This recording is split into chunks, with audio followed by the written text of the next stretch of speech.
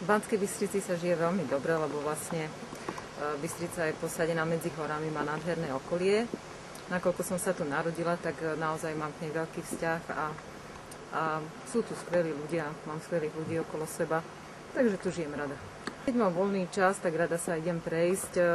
Bystrica má okolo také svoje kopčeky blízko, kde sa dá ísť len pešo, alebo aj nejaké také, čo ja viem, lyžiarske centra pri Banskej Bystrici. Sice som teraz 2 roky nestala na lyžiach, ale deti sú veľmi dobré lyžiari, takže chodievame v zime lyžovať. Čo sa týka športov, tak väčšinou to plávanie, ešte občas bicyklovanie, ale to veľmi málo. A Mirka, ktorá je z rodiny a vlastne je cvičiteľka power jogy, tak si to na začiatku na mne odskúšavala, stala sa perfektnou cvičiteľkou a tak ja chodím na jej hodiny.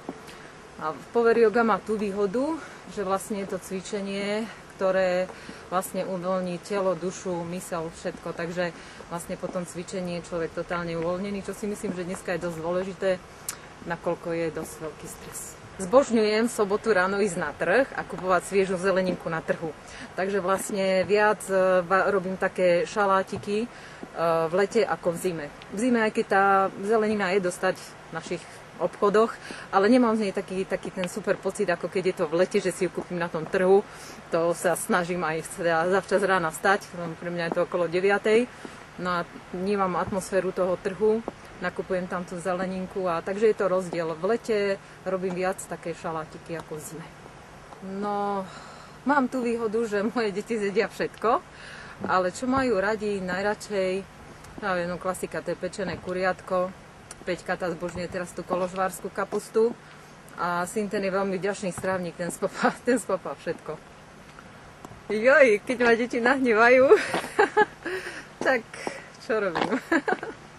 Viem veľmi zvýšiť aj hlas, zvýšim ho, no ale ako vždy sa snažíme to vyriešiť tak, že vždy môže dôjsť nejakej zvade, ale mám zlaté múdre deti, takže to doriešime potom v pohode, ale býva to a viem aj ten hlas zvýšiť.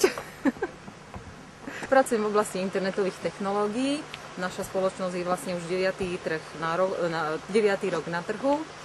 Ja som tam od začiatku a vlastne je to v súčasnej dobe aj trend, ktorý ide, lebo vlastne v súčasnej dobe nebyť na webe, to je ako keby firma nebola. No, gastronomický zážitok bol môj z detských čias, keď som ako dieťa chodila do družiny a musela som jedávať mliekovú polievku. Tak to je fakt zážitok a v živote som ho nevarila a už by som ho ani do úst nedala. Keď varím, tak rada počúvam hudbu, aby bola dobrá nálada. Pomáha mi, sa mi stalo, že mi pomáha v súčasnej dobe aj internet, lebo keď si potrebujem rýchlo vyhľadať nejaký recept, tak použijem internet.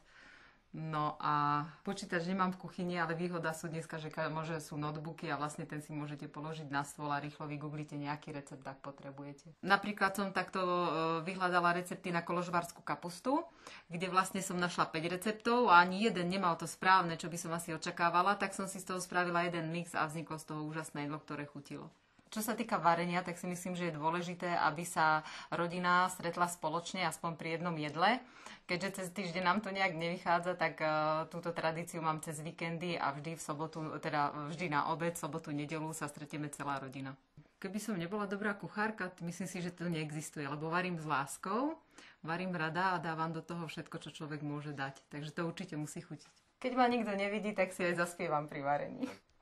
Hore hron, dole hron, ja som hore hronka, poďte chlapci do nás, budem vám frajerka.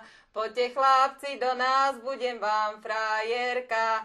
Poďte chlapci do nás, u nás sú dievčatá, za našimi humný pšenička nežatá, za našimi humný pšenička nežatá, pšenička nežatá, 4 kopy sena.